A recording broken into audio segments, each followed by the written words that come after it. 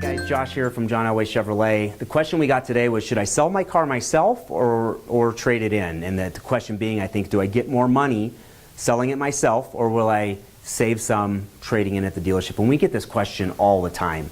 The common misconception is that I'll get more money selling it myself. And sometimes that is the case, and depending on the vehicle, if it's a specialty vehicle, sometimes absolutely sell it yourself. Sometimes it takes a little longer, but it's worth it in the long run. If you're driving a $1,000 or $500 or $2,000 car, what I generally tell people is, do you want to be at home for those test drives? Do you want those people coming to your house for those test drives and just dealing with that entire process? Or are you better off just taking it, trading it in, selling it to the dealership essentially? So that's sometimes a trade-off that you have to make, whether or not that's something that you want to do. A specialty car, classic cars, maybe a car you've done a lot of performance parts to, a lot of times selling it yourself will be more advantageous, because as a dealership, those parts don't generally add value, because we have to take into consideration that we're taking a market segment for, say, a Jeep Wrangler. Somebody wants a Jeep Wrangler, which is a highly customized car. Anytime you start adding lift kits and big wheels and tires and that sort of thing, you take your market segment that's this big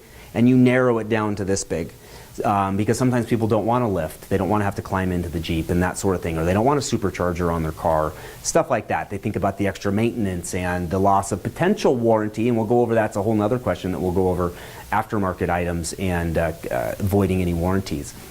So we have to look at that and go, if our market segment is this big and now it's this big, it makes it a little bit harder for us to sell the car, and it takes a little bit longer for us to find that right buyer, and we don't have time for that.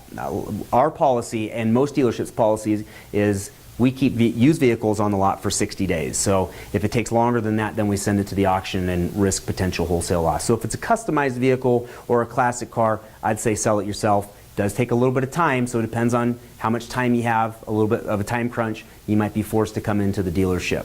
A lot of times though, because of the tight supply of inventory that's on our pre-owned lot, we can get very, very close to what you can take on the private party market, and we can do it right now. And then if you're in a state that has sales tax, most states, California is not one of them, but most states will give you sales tax credit. So you only pay sales tax on the difference between your trade-in and the purchase price of the car. So if you're buying a $10,000 car, trading in a $5,000 car, you only pay sales tax on that $5,000 difference, not the whole $10,000. So sometimes that can make up a big difference, especially if it's a $35,000 car you're trading in and you're buying a $38,000 car, you're paying almost no sales tax. So that sales tax credit will make up the difference that you may have gotten on a private party without the hassle of test drives, without the hassle of somebody having to go to their bank, get financing, those sort of things. Because at a dealership, that's one huge advantage why a lot of people come to the dealerships to buy cars, is we can obtain financing for them, when we can also sell them an extended service contract and protect their used car investment. So that's a big advantage. So a couple different scenarios there that may or may not work for you.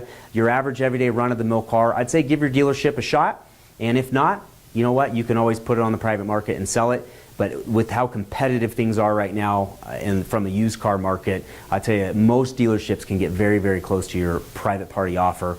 If it's a customized car, I'd say probably sell it on your own, unless you're absolutely crunched for time and you're forced to go to the dealership. And if it's a very inexpensive car, just weigh whether or not you want to hassle with selling a $500 or $1,000 or $1,500 car and go through that hassle, or if you just want to give it to the dealership and let them take care of it. So that's up to you. That one's kind of a toss-up. But thanks, guys. Thanks for joining me. Josh here from John Elway Chevrolet. We're your neighborhood car dealer. We're here to help you. Remember, you call the play.